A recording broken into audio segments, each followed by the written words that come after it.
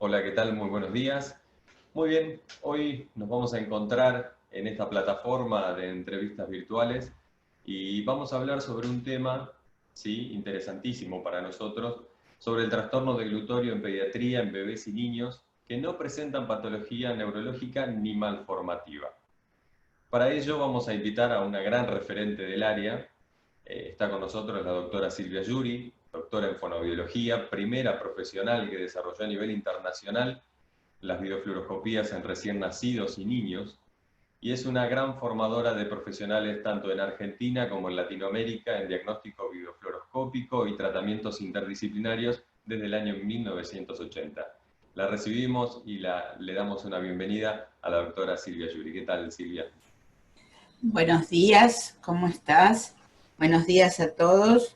Un agradecimiento a la Asociación Argentina de Disfagia, a la cual pertenezco, con un grupo de colegas, gente joven y no joven, que tiene mucho empuje y estamos trabajando para brindar la mayor cantidad de información y de conocimientos.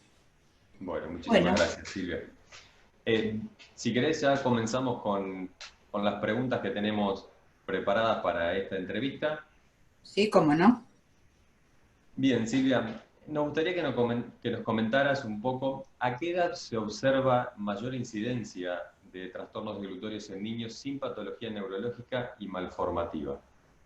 Bueno, en un estudio que se realizó en el Hospital de Niños de La Plata, en la unidad de fonoaudiología, donde consultaron 5.780 niños que no tenían ni patología neurológica ni malformativa, el 51% apareció en el primer año de vida con trastornos de glutorios.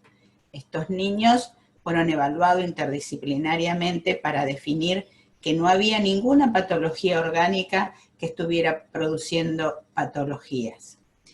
Pero fíjense qué importante es que ya en el segundo año de vida cae al 13,7%, o sea que tenemos una incidencia importantísima en el primer año de vida. Y ya a los 14 años en adolescencia aparece un porcentaje del 0,2%.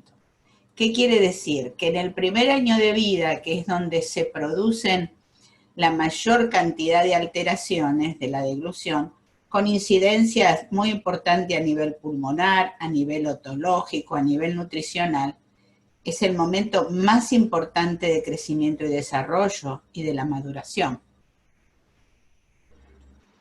Perfecto, clarísimo, Silvia. Siguiendo con las consultas, en su práctica diaria, ¿es mayor la incidencia de trastorno de glutorio en niños que se alimentan con biberón o con pecho materno? En ambos casos aparece el trastorno de la deglución. Tarda mucho tiempo más en ser detectado cuando el bebé es alimentado con pecho materno, porque la mamá, ante las dificultades o distintas características durante la toma del pecho, el niño que tose o el niño que se ahoga un poquito o que se queda dormido, lo adjudica a que el bebé todavía no aprendió a tomar el pecho o que en realidad no tiene la cantidad de leche necesaria. Por eso es más peligroso cuando esto no se detecta en la toma de pecho, porque a veces los bebés que no tienen un buen mecanismo de succión y en vez de succionar y extraer la leche trabajan con las almohadillas que están dentro de la boca y la mamá cree que por el sonido que se genera está succionando, el bebé se queda dormido y la mamá lo deja dormir. Esto hace que el bebé, en algún momento, el bebé se deshidrate porque no está tomando y esto puede ser una causa de internación o con una patología complicada. En vez, cuando el bebé no toma y tiene un biberón y la mamá le puso 50 de leche y miró la mamadera y tiene 45, se dio cuenta que el bebé no está ingiriendo por la falta de presión intraoral o por lo que sea, pero tiene objetivado que el bebé no está tomando. Por eso la disfunción aparece con ambas cosas. Pero si uno se pone a analizar esta situación, que no se detecta, es más complicado que se detecte en la toma de pecho. Claro, y cuando hace referencia al mecanismo, ¿cuál sería el mejor mecanismo para hacer prevención de los trastornos dilutorios en pediatría? Yo creo que el mejor mecanismo preventivo en pediatría es formar a los neonatólogos y pediatras, que son los que tienen acción directa con los bebés y sus mamás en los controles, tanto del niño sano, porque si no se piensa en una disfunción de la deglución, y por eso yo nunca hablo de disfagia en estas etapas, porque la disfagia es algo que se define, se observa, se ve. En vez del trastorno deglutorio, uno lo tiene que pensar. Su pediatra dice, ¿cómo? Un niño sano que no tiene ninguna patología, ¿por qué no crece? ¿Por qué se queda dormido en la toma? ¿Por qué cambia de coloración a veces? Quiere decir que estas preguntas se las debería hacer el neonatólogo o el pediatra, para lo cual mi objetivo siempre fue generar esta formación en las residencias médicas. En mi hospital los residentes tenían clase en este área, porque creo que son los más que mayores posibilidades tienen de hacer prevención. Cuando a nosotros nos llegan los pacientes, nos llegan con la disfunción instalada. Claro, totalmente interesante todo el ámbito del desarrollo de estos de los mecanismos y muy interesante la distinción entre trastornos deglutorios y disfagia, que a veces es un término que confunde mucho en esa definición. Y sobre todo en pediatría, a no ser en un paciente con patología neurológica, malformativa, uno puede llegar a pensar claramente que está presentando una disfagia.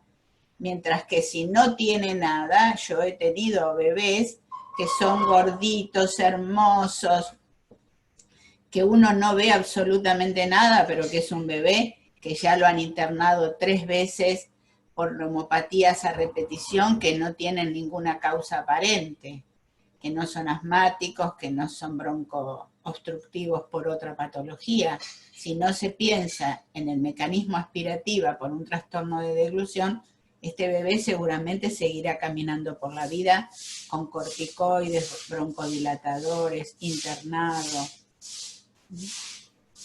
Totalmente claro. Muy bien, y si vamos a diferentes patologías que nos podemos encontrar, hablando de niños y alteraciones de la deglución, podemos pensar y podemos aseverar que es cierto que la hipertrofia amigdalina puede producir alteraciones deglutorias. Yo creo, me parece, quiero clarificar esto, sí. ¿Saben por qué? Y es algo que esto lo hemos discutido en todos los grupos pediátricos desde hace muchos años. Ahora cada vez está más claro, pero en un momento todos los otorrinos laringólogos que conformábamos el área pediátrica y fonoaudiólogos nos reuníamos en el Garrahan por estos temas. Y realmente había algo en lo cual coincidíamos todos.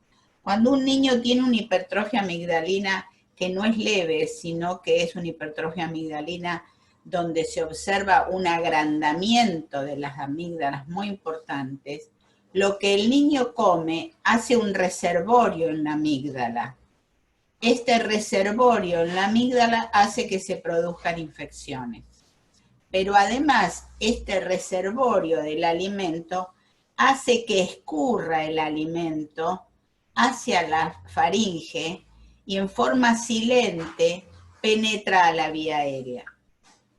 Quiere decir que nosotros cuando, y esto yo recibo muchos pacientes para estudiar la deglución antes de una cirugía o no de hipertrofia amigdalina, porque antes existía un concepto que aún se mantiene, no tocar las amígdalas por un tema de defensas inmunológicas, pero desde el punto de vista mecánico debemos saber que cuando existe una hipertrofia amigdalina debemos hacer una evaluación deglutoria a ver qué incidencia tiene esto.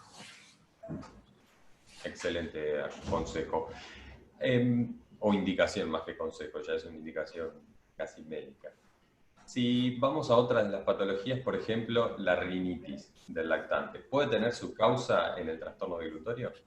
Sí, un recién nacido no puede respirar por la boca. Quiere decir que el bebé succiona, respira, deglute. ¿Y qué permite esto? Una coordinación. Cuando la deglución está alterada, que pasa mucho en los prematuros posteriormente al alta o en el recién nacido que por una alteración en el mecanismo de la succión, porque no toma bien el pezón de la madre, porque la tetina no es la correcta, pasa la leche a lo que se define a la rinofaringe. En general, a veces observo que los estudios que se mandan los informes dice pasaje a rinofaringe como si en realidad esto no fuera absolutamente nada. Pero ¿qué pasa? Cuando la leche pasa a la nariz está preparada para entrar oxígeno. Entonces, si en vez de entrar oxígeno por la nariz ingresa la leche se conforma como un cuerpo extraño y hace un edema de la mucosa. Este edema de la mucosa hace que la nariz no permita el ingreso del aire. Entonces el bebé que tiene que respirar, succionar y tragar, no lo puede hacer. Entonces, ¿qué ocurre? Se ahoga. ¿Qué ocurre? Cambia de coloración, porque estamos anulando la entrada de aire. Entonces la pregunta clave para un papá o una mamá es, ¿esto se produce durante la alimentación o posteriormente? No, dicen, doctora, empieza a tomar el pecho y empezamos con este ruido en la nariz que no le permite alimentarse. Perfecto. Muy claro, doctora. La verdad que es un placer tenerla y que nos esté brindando esta información que para los fonoaudiólogos es sumamente enriquecedor e importante también. Y hablando de profesionales, me gustaría que con su experiencia y su desarrollo dentro del área de los trastornos deglutorios, como fonoaudióloga, como doctora ya en fonoaudiología, me gustaría saber y preguntarle cuál es el profesional que detecta el trastorno deglutorio en la neonatología. Esta pregunta es muy valiosa. ¿Por qué?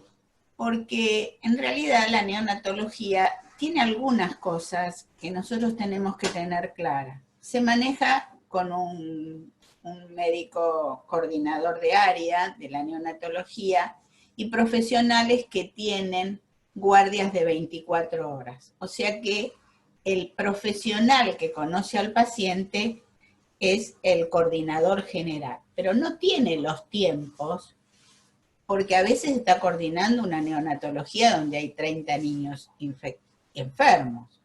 Entonces el profesional es el enfermero, es quien alimenta al bebé. Entonces lo primero que debemos hacer quienes trabajamos en la neonatología es acordar con el enfermero y explicarle cosas básicas, aquellas que son las NERS que alimentan al bebé. ¿Por qué? Porque son ellos. Voy a contar una experiencia muy chiquitita como cosa práctica en la vida de la interdisciplina. Cuando yo ingresé hace muchos años por primera vez a la neonatología, pensaron las enfermeras que yo les estaba quitando su lugar, porque el lugar de la alimentación es de la enfermera, no era nuestro, y todavía, porque nosotros vamos a ver a aquel chico que tiene dificultades, pero no en general. Entonces, ¿qué es lo que ocurría? Cuando yo llegué, llegó un fantasma. Entonces, no eran buenos compañeros de trabajo porque cada uno cuidaba su rol. Hasta que un día tuvieron un niño que no podían resolver cómo alimentarlo, y entonces con una sonrisa dijeron, bueno, que lo vea fulana de tal, esperando que ese niño no lo pudiera resolver la fonoaudiología. Bueno, Dios me ayudó y el niño se resolvió su problema de glutorio. Y entonces empezaron a preguntar, ¿y por qué? ¿Y cómo fue? Entonces nos sentamos todos en una mesa a conversar. Y hoy son mis mejores aliadas en las neonatologías. ¿Por qué? porque son las que le dicen al coordinador, este nene no está comiendo bien, este nene tarda demasiado tiempo, este nene hace cornaje durante la alimentación. Cuidado, doctor, que no está tomando el biberón completo. Es el enfermero de la neonatología, que son altamente formados. Esto no significa que después que yo los veo y hago la evaluación videofluoroscópica, yo tengo una planilla donde escribo y la enfermera tiene que seguir exactamente las indicaciones dadas por escrito. Esto es una competencia diferente de profesiones con un buen diálogo y cada uno ayudando desde el lugar que puede. Excelente, muy buenos aportes, y a veces es difícil en el ámbito tanto hospitalar como en los sanatorios y clínicas detectar estas cuestiones de que el paciente es uno, podemos abordarlo quizás el mismo tema de diferentes ámbitos y miradas y enriquecer mucho más a la recuperación de ese paciente, que es el objetivo que deben tener todos en común. Sí, porque además cuando al bebé uno le da una indicación y yo hago una videofluoroscopía, la enfermera está pegada a mí durante la videofluoroscopía. Entonces, ¿qué hago yo? Le digo, mirá, ¿por qué le pasaba tal cosa al bebé? De ahora en más vamos a hacer esto y cuida a la mamá que haga esto. Se convierte en mi mano derecha. Y me manda un WhatsApp que dice, es difícil, Yuri, la mamá no entiende. Cuando venga, hable con ella. Son diferentes formas de encarar la relación interdisciplinaria. Yo creo que la relación interdisciplinaria es respeto mutuo. Totalmente de acuerdo. Muy bien, y para ir cerrando ya con esta, digamos, mini entrevista, me gustaría que pueda recomendar o sugerir, a ver, cuál sería el chupete y la mamadera que aconsejaría para un bebé recién nacido. Bueno, yo creo que esto hay que tener claro que así como, bueno, Raúl y yo somos dos personas braquifaciales porque tenemos caritas redondas, hay otros pacientes y otras personas que son dólicofaciales. También es cierto que como la lengua ocupa toda la cavidad oral, no cualquier chupete puede ponerse en la boca de un bebé. Entonces, cuando yo escucho el mejor chupete promocionado es este o la mejor mamadera, es algo que no se puede medir, no se puede analizar en abstracto. Hace pocos días yo tengo una sobrina que está desesperada porque va a tener un bebé y entonces me dice, ¿qué compro? Nada, porque si todavía no le vi la cara al bebé. En realidad, cada bebé tiene una particularidad donde uno, y debo a la comunidad fonoaudiológica y prometo hacerlo ahora en cuarentena, para cada característica el chupete que debería usar. Pero tengo algo muy importante que decirle a la comunidad fonoaudiológica y a la comunidad. ¿Por qué? Porque hubo escuelas, y siguen habiendo escuelas, en los sanatorios que son amigos de la madre y la lactancia, que niegan el uso del chupete. No es así actualmente porque hay una resolución desde la Organización Internacional que el chupete ayuda a prevenir la muerte súbita. ¿Por qué? Porque el chupete tiene 3 funciones que no las podemos desconocer. La primera función es que ordena el crecimiento y desarrollo de la cara. ¿Por qué? Porque ordena la posición de la lengua y ordena la succión y ordena la presión intraoral.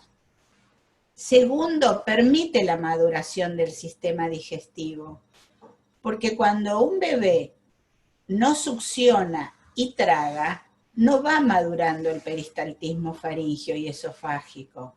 El chupete permite que el bebé succione y trague.